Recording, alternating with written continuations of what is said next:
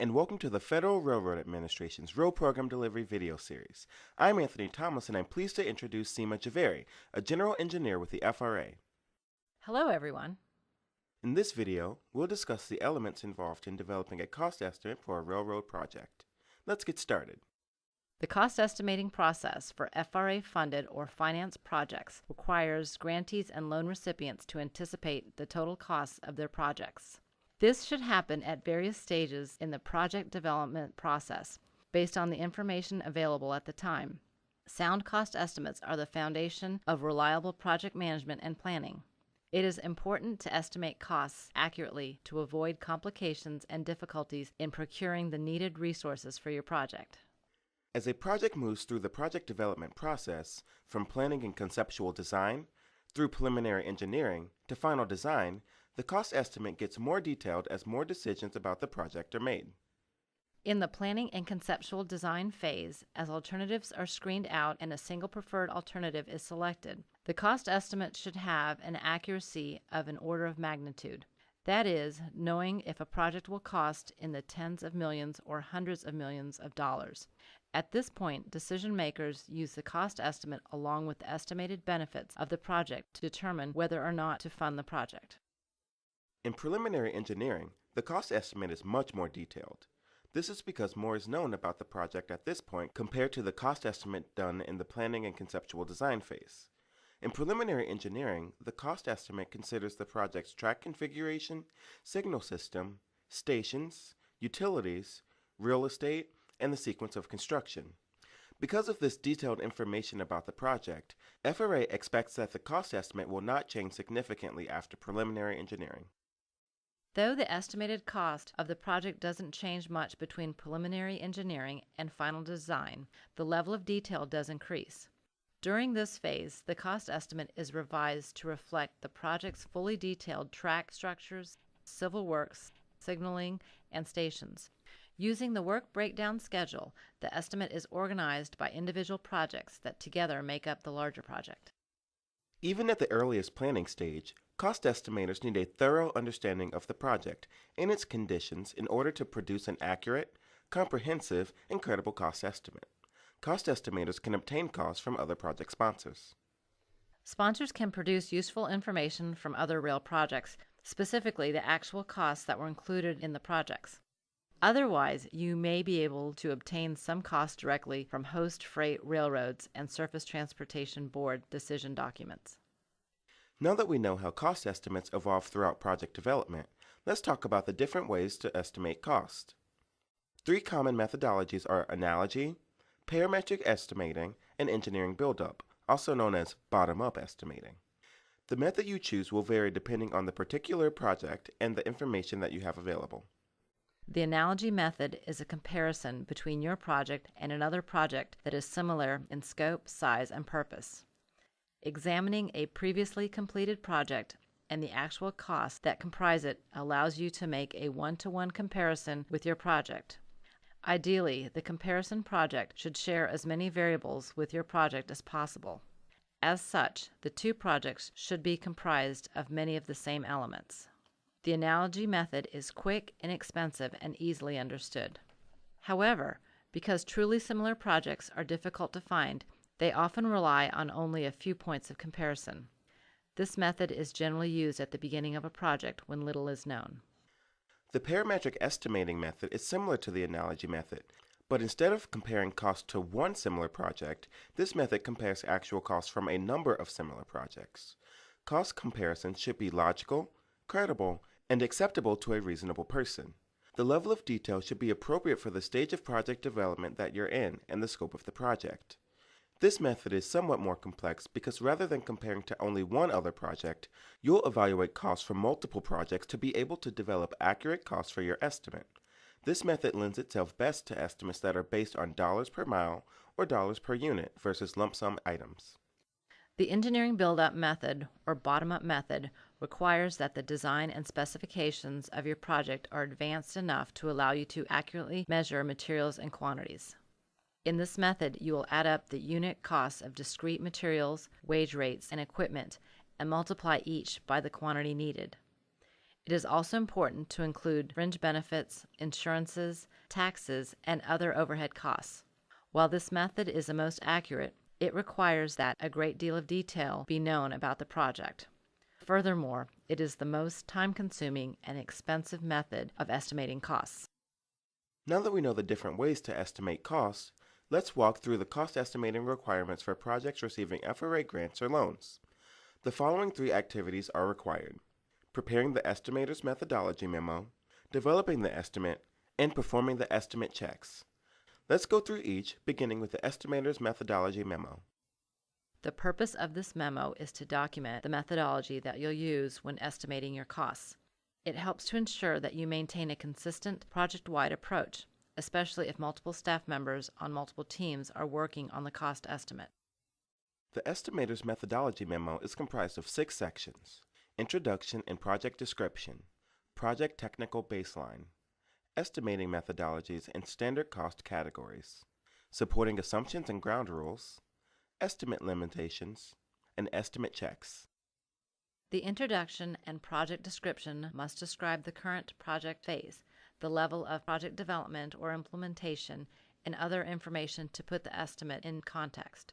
The project description should include the project scope, institutional and organizational context, a list of the entities providing administrative or management support, professional services, and construction, the project schedule, including the major phases and the anticipated year of construction, the status of project support and approvals, the status and timing of funding sources, any project cost limits or budget or finance constraints, and the year for which you calculated your base year dollars.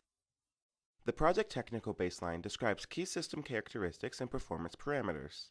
It includes the project's requirements, namely purpose, technical characteristics, development plan, acquisition strategy and schedule. It states the goal of the project, how, where, and when it will do this, and in the case of railroad projects, how the service will operate. The Estimating Methodologies and Standard Cost Categories section should describe the estimating methodologies used on the project. It must also describe the structure of the estimate with respect to the standard cost categories. We'll go over the standard cost categories later in this video. The Supporting Assumptions and Ground Rules section should include information that answers the following questions.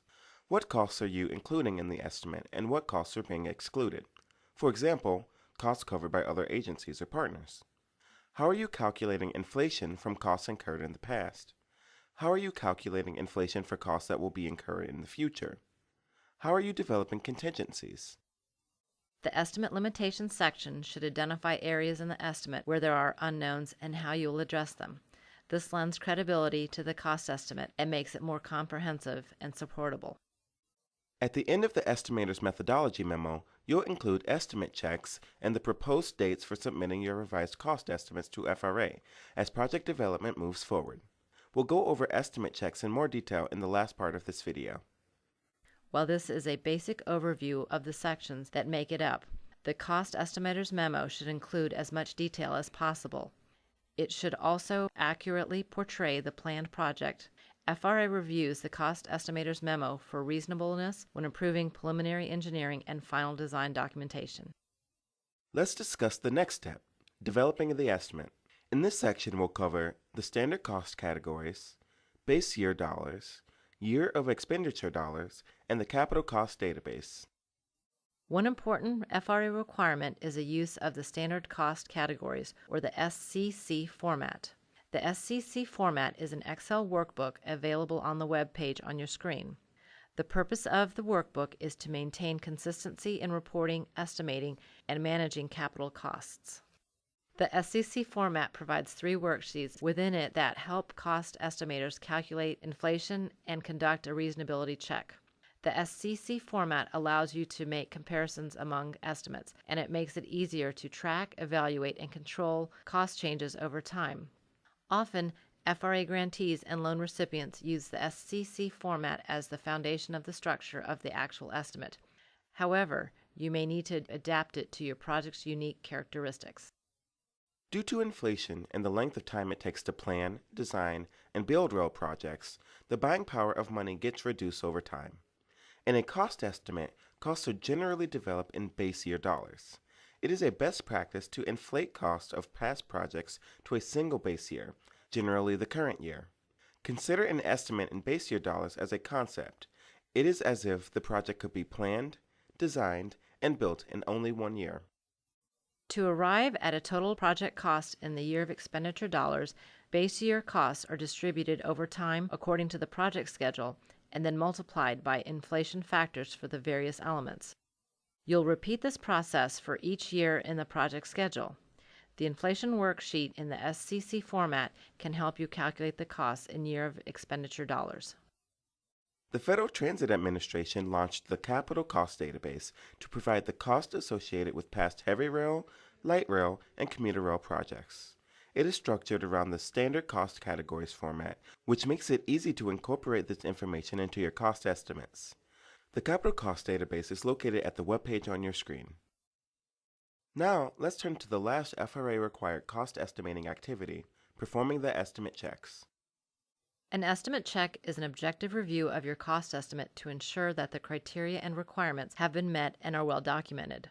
This helps to ensure that your estimate is accurate as the design progresses. FRA requires that the memo include a plan to conduct estimate checks in planning and conceptual design, preliminary engineering, final design, bidding, and construction. All estimate checks must include the following elements: a verification of project quantities, where you'll make sure the cost estimates include, for example, the correct tunnel length, square footage of major structures, and number of bridges. Parametric cost checks on structures, stations, tunnels, utility relocations, and environmental mitigations. Parametric cost checks are statistical relationships between historical costs and other program variables. Checks for internal consistency, coordination, and reflection of current assumptions, and analysis of contingencies and monitoring of the contingency drawdown. You can also use a risk review as an estimate check. It should summarize and provide an analysis of a project's uncertainties and risks. It ensures that an appropriate range of costs has been established and forecasted. The risk review also considers options to mitigate risk and should include cost and schedule contingencies. Although a risk review can be performed at any point in project development, it is typically done before the completion of preliminary engineering. The risk review includes a series of organized exchanges and discussions between the project sponsor and FRA. In these discussions, the group evaluates the project scope, schedule, and cost estimates, identifies and quantifies risks, and decides how to manage these risks. During the risk review process, FRA's oversight contractors forecast the total project cost as an upper bound, an average, and a lower bound through each phase of project development. As each estimate check is completed, FRA requires cost estimators to submit a revised estimate, a copy of the estimate check, and an explanation of changes since the last submission. That was a lot of information. Let's go through a quick quiz to review some of what you've learned. Question 1. True or false? As you progress through the project development process, the total cost estimate can change, but the level of detail of the estimate remains the same. False. While the total cost estimate may indeed change as your project progresses, the level of detail of the estimate should increase as more decisions are made about the project. Question 2. True or false? The only time FRA requires grant and loan recipients to do an estimate check is before the final design phase. False. FRA requires estimate checks after each of the following phases: planning and conceptual design, preliminary engineering, final design, bidding, and construction. Question 3. Which of the following is the most helpful in determining cost and year of expenditure dollars? A. The Capital Cost Database. B. The Standard Cost Categories format. C. The Estimator's Methodology Memo. Or D. None of the above. The correct answer is B, the Standard Cost Categories format. You can find the link to this workbook at the end of the video. Remember that cost estimating is not only an FRA requirement, it is also an integral step in the project development process. With an accurate and thorough cost estimate, you can avoid many problems that may arise on the way to project completion. For more information about cost estimating, reach out to your FRA regional manager and visit the following web pages. Thank you.